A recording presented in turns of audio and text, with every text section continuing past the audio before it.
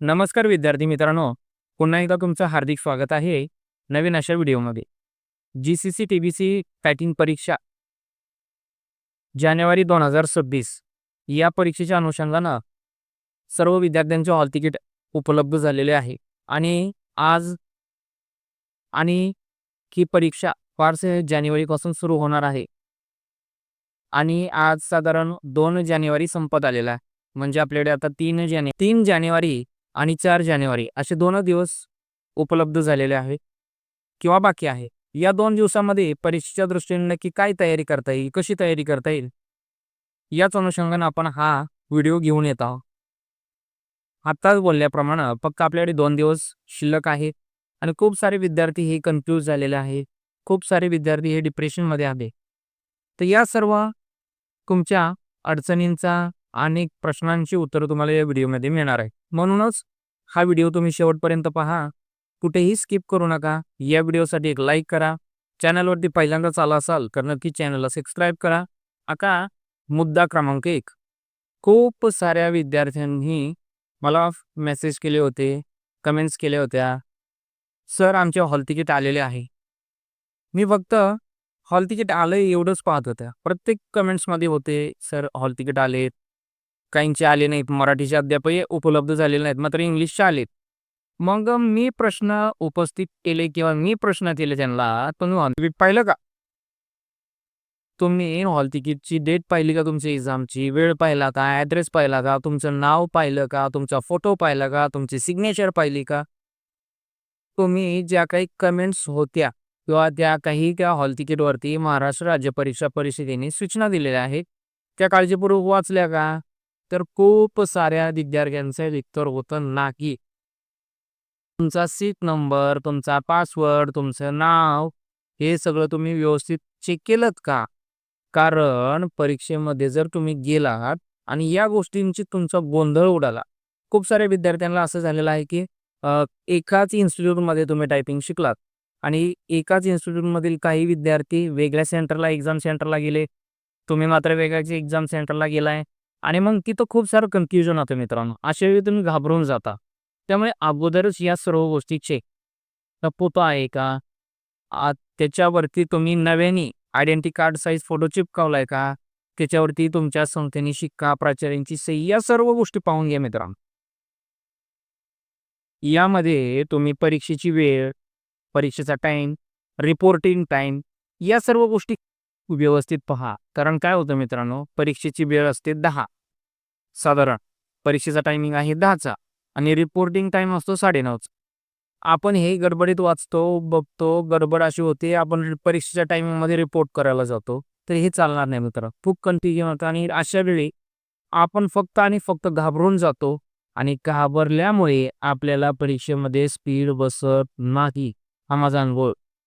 त्यामुळे शक्यतो सगळ्या व्यवस्थित वेळा पाळा आणि अजिबात घाबरून जाऊ नका आणि वारंवार तुम्हाला सांगतोय, अजिबात घाबरून जाऊ नका. कारण तुम्ही घाबरलात तर तुमचा थरथर, थरथर कापणार आहे आणि तुमचा हात थरथर कापला की साधारण तुमचं स्पीड कमी येणार आहे. कमीत कमी 5 शब्द प्रति मिनिटने तुमचं शब्द किंवा ते टायपिंगचं स्पीड कमी येतं.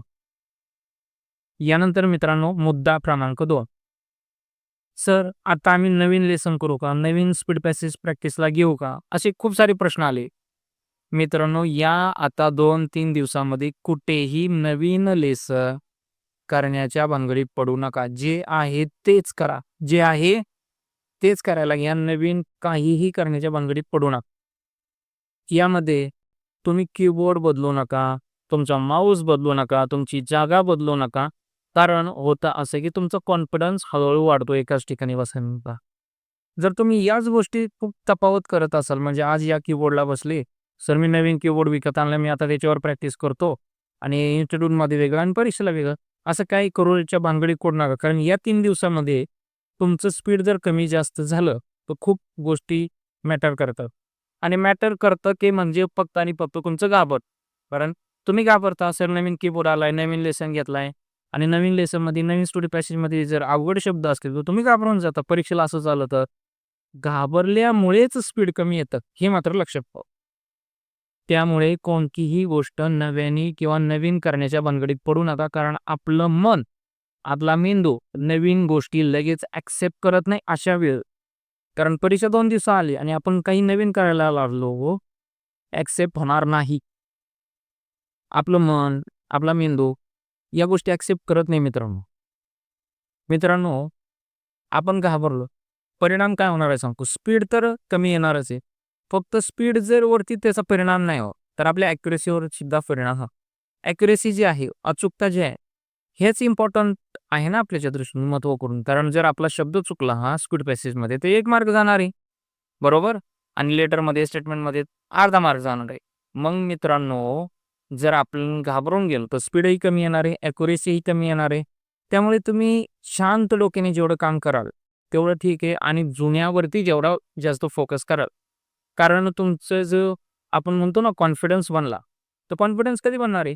आता साधं उदाहरण आहे. आपण गाडी चालवतोय, बरोबर? आपला कॉन्फिडन्स कधी बनेल? त्याच वळणावरती गेल्यानंतर. अचानक तुम्ही जर घाटाच्या सेक्शनला गेला, नवीन ड्रायव्हर आहात, अचानक घाटाच्या सेक्शनला गेला, तर तुम्हाला गाडी चालवताना घाबरायला होईल की नाही? होणार. साहजिक आहे. पण कॉन्फिडन्स बनण्यासाठी अगोदर तुम्ही दादाचा सराव करायला पाहिजे हो का? आता अचानक तुम्ही घाटाला जाऊन चालणार. अचानक आता तुम्ही नवीन लेसन घेऊन चालणार नाही. अचानक तुम्ही आता नवीन स्पीड पॅसेज घेऊन चालणार नाही. कारण तुमचा कॉन्फिडन्स हलणार. कॉन्फिडन्स हलला की तुमचं स्पीड कमी येणार, तुमच्या ॲक्युरसीवरती खूप परिणाम होणार. त्यामुळे मित्रांनो, बिलकुल या 2-3 दिवसामध्ये नवीन काही करण्याच्या भानगडीत पडू नका. जे येतं ते ठाम करा. मुद्दा क्रमांक 3.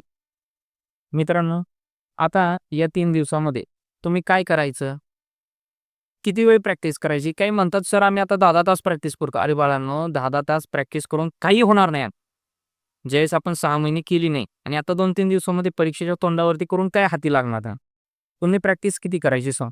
प्रॅक्टिस करताना आता सकाळी फार तर 1 ते 2 तास आणि संध्याकाळी 1 ते 2 तास. आता मुद्दा असा होतो, की आपण स्पीड पॅसेज करताना पहिले विद्यार्थी काय करतात, फुल कॉन्फिडन्समध्ये टप कीबोर्ड चालवतात, पटकन टाइप करायच्या भानगडीत पडतात, पटकन करायला बघतात. पण असं होतं, की ते घाबरून जातात आणि शेवटी वेळ जास्त उरतो आणि परिणाम हात थरथर करतात. त्यांचा हातच चालत नाही. खूप सारे विद्यार्थी येऊन सांगतात, "सर, सुरुवातीला खूप चांगलं टायपिंग झालं आणि शेवटी हातच चालला नाही." मग काय झालं रे? अख्खा पॅराग्राफ राहिला. असं होतं मित्रांनो. होतं. का होतं? कारण तुम्ही घाबरता. बरोबर? आणि आपली स्ट्रॅटेजी चुकते. मित्रांनो, स्पीड पॅसेज सुरू झाला ना, सुरू होण्याच्या अगोदर काउंटडाऊन सुरू होणार आहे. बरोबर? आणि त्याच काउंटडाऊनमध्ये तुम्ही स्वतःला रिलॅक्स करायचे. काय करायचं? रिलॅक्स. आणि आता स्पीडवरती अजिबात लक्ष द्यायचं. स्पीड पॅसेज सुरू झालं ना, स्पीडवरती लक्ष नाही द्यायचं. ॲक्युरसीवरती लक्ष द्यायचं. शांत डोक्याने टाइप करत जायचं. हळू तुमचा माइंड सेट होत जातो.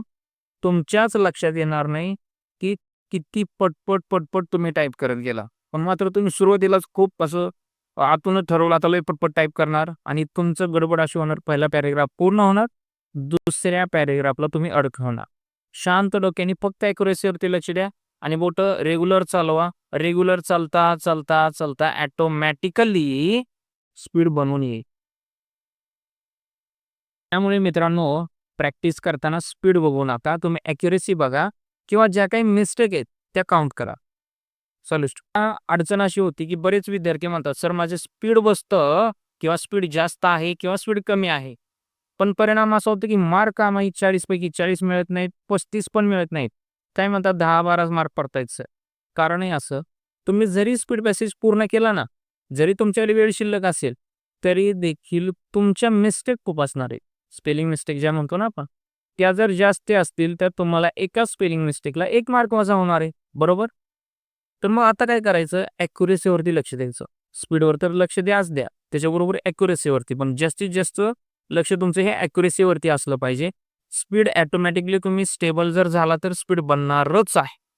घाबरून नाही गेले ना तुम्ही, शांत माइंड ठेवला, ॲक्युरसीवरती फोकस केला, स्पीड ऑटोमॅटिकली बनणार, गॅरंटी माझी. आता पहा मित्रांनो, मुद्दा शेवटचा आहे. ज्यावेळेस आपल्याला स्पीड पॅसेजसाठी 30 सेकंदाचा काउंटडाऊन सुरू होतो. खूप सारे विद्यार्थी इकडं बघ, तिकडं बघ अशा प्रकरणात असतं. मित्रांनो, या 30 सेकंदात करायचं काय? 30 सेकंदामध्ये जेवढा शक्य आहे तेवढा पॅसेज डोळ्याखालून घ्यायचा, वाचून पाहायचा. कुठं स्पेलिंग मिस्टेक आहे, पॅसेजमध्ये काय शब्द आहेत, कोणते अवघड वाटतात, जेवढं शक्य तेवढं स्पीड पॅसेज तो वाचून घ्या. आपल्याला 30 सेकंदाचा काउंटडाऊन मिळतो. त्या 30 सेकंदामध्ये काउंटडाऊन वाचा आणि 30 सेकंद संपले की तुमचा स्पीड पॅसेज सुरू होणार आहे. 30 सेकंद वापरूच नका, 25 सेकंद वापरा. 25 सेकंदामध्ये जेवढा तुम्हाला पॅसेज वाचता येईल, पॅरेग्राफ वाचता येईल तेवढा वाचा. माइंडमध्ये वाचा, मनातली मनात वाचा. जोरात वाचू नका, शेजाऱ्याला डिस्टर्ब होईल असं. मनातली मनात वाचा. काय झालं, आता तुम्ही वाचला ना, तुमच्या डोळ्यांनी पाहिला, तुमच्या मेंदूमध्ये तो छाप जा. फक्त आता तुम्हाला तो वाचायची गरज नाही, कारण टाईप करताना आपल्याला पाहावं लागतं वारंवार. मग आता काय करायचं, फक्त लक्ष स्टेबल ठेवायचं. माइंड स्टेबल ठेवला, तुम्ही या जर स्ट्रॅटेजीने गेला ना मित्रांनो, तो परीक्षेमध्ये नक्कीच तुम्हाला सक्सेस मिळणार. 100% सक्सेस मिळणार. आता पहा मित्रांनो, परीक्षेच्या दिवशी करायचं आणि काही नाही करायचं. परीक्षेच्या दिवशी काय होतं, आपण परीक्षेला बसतो आणि आपण एकटाच नसणार आहे परीक्षेला, खूप सारे विद्यार्थी असणार. मग ज्यावेळेस टायपिंगवरती स्पीड पॅसेजवरती येतात, तर शेजारचा खटखट खटखट खटखट खूप आवाज येतो कीबोर्डचा. तर आणि ॲट अ वन टाईम खूप सारे विद्यार्थी असणार आहेत, 100-50 जी काही तुमची बॅच असेल.